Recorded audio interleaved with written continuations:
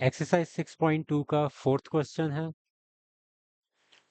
कहने को ये सिर्फ फिल इन द ब्लैंक्स हैं, लेकिन इसके अंदर बाकी चीजें भी बहुत हैं समझने वाली। तो उसको समझाने के लिए अगर आपने ये सिर्फ फिल इन द ब्लैंक्स रट्टा मारना है, तो मेरा यही मशवरा है कि ना मारे रट्टा, इसको समझें। अगर कुछ लोगों को, कुछ स्टूडेंट्स को है कि सिर्फ रट्टा ही मारना है, तो वीडियो को आखिर में देख लें कि ये सारी आपको फिल मिलेंगे। लेकिन इसका कॉन्सेप्ट समझना है तो सबसे पहले 1 पार्ट से लेके 6th पार्ट तक इसकी सबसे पहले डायग्राम देखें, ये वाली। अब इसके अंदर हम क्या है, 30 डिग्री भी है, 60 डिग्री भी है। क्योंकि आपके पास जो ज़रूरत के होते हैं ना, दो तरह के राइट एंगल ट्राइंगल्स होते हैं। एक 90 60 30 वाला होता है, और एक 90 45 45 वाला होता है, जिसमें बाकी दो एंगल्स 45 45 डिग्री के होते हैं। अब 60 30 वाला फर्स्ट पार्ट से लेके 6th पार्ट तक काम काम आएगा। अब पहले मैंने इधर 30 डिग्री की वैल्यूज निकाली हुई हैं। कैसे निकाल ली हैं आपको अब तक पता होना चाहिए, 6.1 में हमने यही सारा काम किया था। 30 डिग्री, ये सिर्फ इसको कंसिडर करना है आपने। जब 30 डिग्री की बात हो रही है तो बिल्कुल उसके सामने वाला आपका परपेंडिकुलर हो जाएगा, और ये बेस हो जाएगी, और ये हाइपोटेन्यूस हमेशा रहता है, क्योंकि 90 डिग्री के बिल्कुल ऑपोजिट साइड हमेशा हाइपोटेन्यूस होती है। तो ये हाइप, ये परपेंडिकुलर, ये बेस। उस हिसाब से आप इसके साइन 30 निकाल दें, perpendicular over hypotenuse A over B हो गया। कॉस 30 निकाल दें, base over hypotenuse C over B हो गया। टेन 30 क्या हो जाएगा, perpendicular over base A over C, A over C हो गया। कोटेंजेंट 30 यानी कि टेन का इन्वर्ट कर देना आपने, रेसिप्रोकल कर देना, सी ओवर ए हो जाएगा। तो यहाँ तक 30 डिग्री वाला आपका कंप्लीट हो गया। अब आपको 60 डिग्री वाला चाहिए। तो 60 डिग्री अगर आप कंसिडर कर रहे हैं एंगल, तो 60 डिग्री के बिल्कुल सामने आपका परपेंडिकुलर हो जाएगा, ये हाइपोटेन्यूस रहेगा हमेशा, और बाकी जो रिमेनिंग साइड है वो आपकी बेस होगी। अब 60 के हवाले से दोबारा से ट्रिग्नोमेट्रिक जो रेशियोज हैं वो कैलकुलेट करें। Sine 60 perpendicular over hypotenuse C over B, cos 60 base over hypotenuse A over B, tan 60 perpendicular over base C over A. ये और कॉस कॉट जो 60 है वो ए ओवर सी हो जाएगा, टेंजेंट का इनवर्स। अब इन दोनों में से आपने देखना है कौन सी चीज किसके साथ मैच कर रही है। ये देखें, साइन 30 वाली वैल्यू ए ओवर बी है, यहाँ कॉस 60 वाली वैल्यू भी ए ओवर बी है।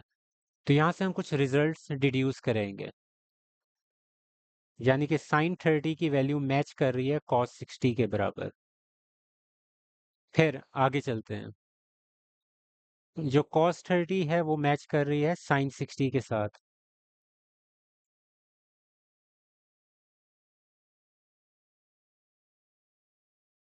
मजीद आगे चलते हैं।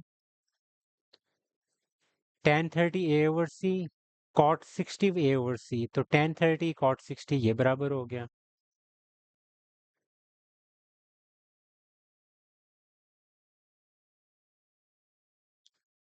फिर कॉट 30 टेन 60 ये आपस में बराबर है।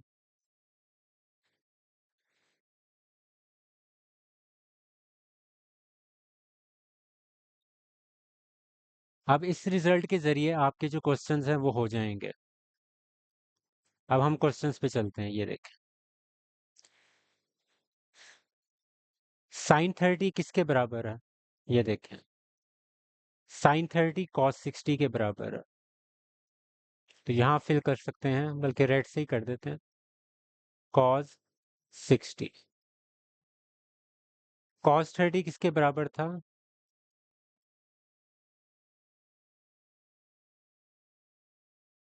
साइन 60। टेन 30 किसके बराबर था, कॉट 60। टेन 60 किसके बराबर है, कॉट 30। साइन 60 किसके बराबर है, कॉस 30। और कॉस 60 साइन 30।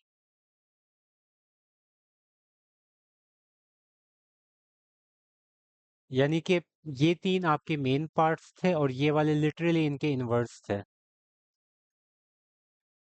और कुछ तरह बीच में मिक्स भी थे क्वेश्चंस। यानी कि इसमें आपने अगर फर्ज करें रट्टा मारना, आसान तरीका ये है इसको रट्टा मारने का, 90 से माइनस हो रहे एंगल सब में, ये तो बात है ना। तो आपने सबसे पहले ट्रिग्नोमेट्रिक आइडेंटिटी को चेंज कर देना है। साइन है तो कॉस कर देना है, कॉस है तो साइन कर देना है, टेन है तो कोटेंजेंट कर देना है, कोटेंजेंट है तो टेंजेंट कर देना है। इस तरह साइन को शिफ्ट करवा देना है आपने कॉस में, कॉस चेंज हो जाएगा साइन में, टेंजेंट जो है वो चेंज हो जाएगा कोटेंजेंट में, और जो कोटेंजेंट है चेंज हो जाएगा टेन के अंदर। ये सिंपल। उसके बाद जो आगे एंगल्स आ रहे हैं ना, 90 में से जितना एंगल आप सब्ट्रैक्ट कर रहे हैं, जिस तरह साइन 90 माइनस 60 है, ये जो 60 है ये आपने साथ लिख देना है 60। कॉस साइन में चेंज हो गया, ये जो एंगल है वो आपने आगे लिख देना है 60। 30 यहाँ से आ रहे हैं ये वाले। फर्स्ट ईयर के अंदर जाके ये दोबारा आएंगे और उसमें मुख्तलिफ तरह के होंगे, उसमें 360 माइनस 60 होगा, 270 प्लस भी होगा, 270 माइनस भी होगा, 90 प्लस थीटा भी होगा, 90 माइनस थीटा भी होगा। तो यहाँ भी इसको इतना ही याद रखें, आगे जाके इसको डिटेल में पढ़ेंगे हम। अब आगे जो तीन रह गए हैं वो बड़े सिंपल से हैं, उसको भी अगर आप इसी फॉर्मूले के जरिए करेंगे, तो साइन है तो कॉज में चेंज हो गया, टेन है तो कोटेंजेंट में, और कोसाइन है तो साइन के अंदर। ऐसा। इसकी भी डायग्राम मैंने बनाई हुई है पहले से, ये देखें। इसमें दो तरह की डायग्राम्स आ रही हैं, एक है आपके पास इसमें, यानी कि आप देखें दो दो वैल्यूज आ रही हैं, क्योंकि एक मैंने इस 45 डिग्री के पर्सपेक्टिव से लिए हैं वैल्यूज,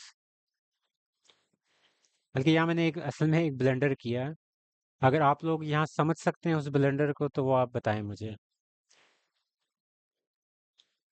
आपको मैं 5-10 सेकंड दे रहा हूँ, इसको सोचें, वीडियो पॉज करें, फिर मैं आपको बता देता हूँ कि इसमें मैंने वीडियो में ब्लेंडर किया क्या है। इस डायग्राम के अंदर एक बहुत बड़ी मिस्टेक है, वो मैंने जब ये बना रहा था उस टाइम मैंने नहीं सोचा, अब मुझे नज़र आ रही है एक बहुत बड़ी मिस्टेक। वो मिस्टेक ये है कि आपके दोनों एंगल्स सेम हैं, तो इनके ऑपोजिट साइड्स भी सेम होंगी।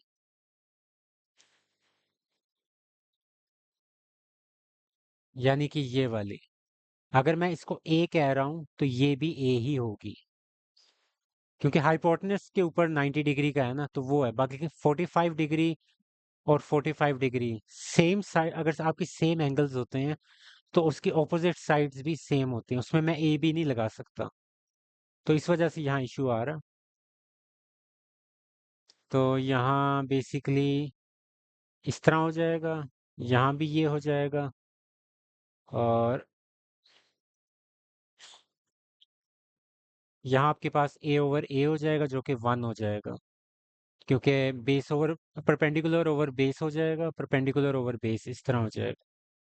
और यहाँ भी आपके पास ए ओवर ए यानी कि 1 ही रहेगा। तो इस वजह से आप यहाँ देख सकते हैं कि साइन 45 की वैल्यू मैच कर रही है कॉस 45 के साथ, और जबकि टेन 45 की वैल्यू जो 1 आई है वो मैच कर रही है कॉट 45 के साथ। तो यही वाला मैंने रिजल्ट यहाँ यूज़ किया हुआ है। लेकिन वो उनकी डायग्राम्स बना के उसको ज़्यादा बेहतर आप अंडरस्टैंड कर सकते हैं कि किस तरह की चीज़ें चल रही हैं। तो ये आपका क्वेश्चन कंप्लीट हुआ।